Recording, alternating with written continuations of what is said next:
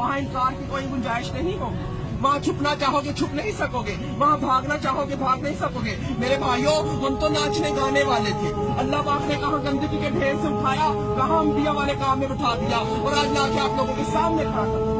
ابھی بھی نہیں سمجھو گے تو کب سمجھو گے؟ نبی تو کسی نے آنا نہیں, اللہ تو گرے پڑوں کو اٹھا اٹھا کے آپ کے سامنے کھڑا کر دکھا رہا ہے. اللہ نے ذلت کے نقشوں میں عزت دے کر دکھا دیا. ہمیں تو جائز نجائز پاکی نپاکی حرام حلال کی پہچان ہی نہیں تھی. ہم لوگ تو سمندروں کے اندر تھے, آپ لوگ تو کنارے پہ کھڑے ہو. ہم تو اندھیروں میں تھے, آپ لوگ تو روشنی میں کھڑے ہو. ہم تو بے عقل تھے, آپ تو عقل والے ہو. مگر اللہ پاک بے عقلوں کو عقل دے دے کے بھیج رہا ہے. ابھی بھی نہیں سمجھیں گے تو کب سمجھیں گے؟ اللہ کہے گا میں نے علماء بھیجے, دین کے دائی بھیجے, مفتی بھیجے, قاری بھیجے, حتیٰ کہ ناچنے گانے والوں کو بھی ہدایت دے کے آپ کے سامنے کھڑا کر دیا تھا, اور وہ بھی یہی کہہ رہے تھے وہ اللہ کی طرف آ جاؤ. وہاں کوئی عذر چلنے والا نہیں. اللہ دنیا میں سارے عذر پورے کیے جا رہے ہیں. اگر آپ لوگ دین کا کام مقصد بنا کر نہیں کریں گے تو اللہ ہم جیسوں سے دین کا کام لے گا. اللہ کسی کا محتاج نہیں ہے, ہم سب اللہ کے محتاج ہیں.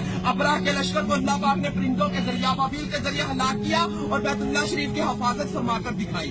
نمرود کو ایک مچھر کے ذریعے ہلاک کیا. جس بادشاہ کے تخت پر بیٹھ کر وہ سجدے کروایا کرتا تھا, اسی بادشاہ کے تخت پر بیٹھ کر اللہ پاک نے اس کے سر میں چھپر نما کے دکھائے. اللہ کسی کا محتاج نہیں ہے, ہم سب اللہ کے محتاج ہیں. میرے بھائیوں, اگر یہ تبلیغ کی محنت نہ ہوتی تو ہم جیسے کیسے راہ راستے آتے.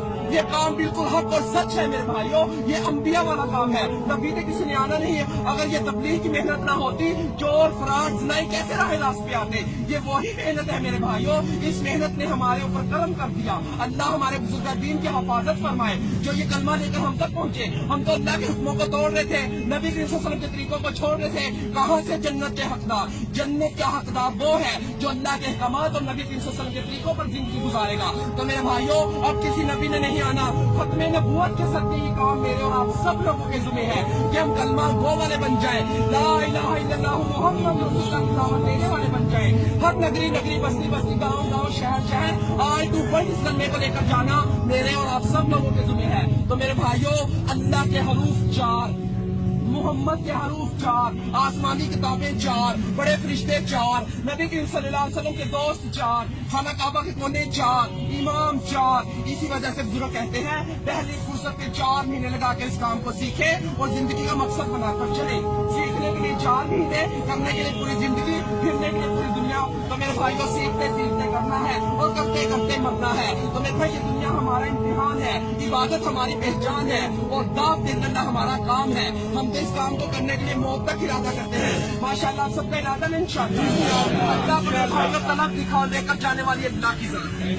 ہم اپنی طلب تو دکھائے, ہم اللہ کے راستے میں نکلے تو صحیح, اللہ ہمیں ادھورا نہیں چھوڑے گا. ہم کہتے تھے ہم ناچیں گے نہیں, گائیں گے نہیں, کہاں سے کھلائیں گے, مگر رزق کا وعدہ تو اس نے کیا ہے. جب اللہ کے راستے میں نکلے تو پتا چلا کہ رزق دینے والا کون ہے؟ اللہ ہے. ہم کہتے تھے ہمیں دنیا رزق دینے والی ہے, دنیا کسی کو کچھ دینے والی نہیں ہے. یہ دنیا فانی ہے, ایک دن چھوٹ جانی ہے. اگر دولتوں میں کامیابی ہوتی تو پھر اون کامیاب ہو جاتا, حمان شداد قارون کامیاب ہو جاتا. دولتوں میں کامیابی نہیں ہے, کامیابی ہے تو اللہ کے دین میں کامیابی ہے. تو انشاءاللہ سب کا ارادہ ہے انشاءاللہ. ہمارے لیے بھی میرے بھائیوں دعائیں کرنا. ہمارا اللہ ایک نبی, ایک قرآن, ایک خانہ کعبہ ہے. ہم مسلمان بھائی ہیں, ہم نے اس کلمے کو لے کر دنیا تک پہنچنا ہے. ہمارے لیے استقامت اور عافیت کا معاملہ فرمائے. السلام علیکم.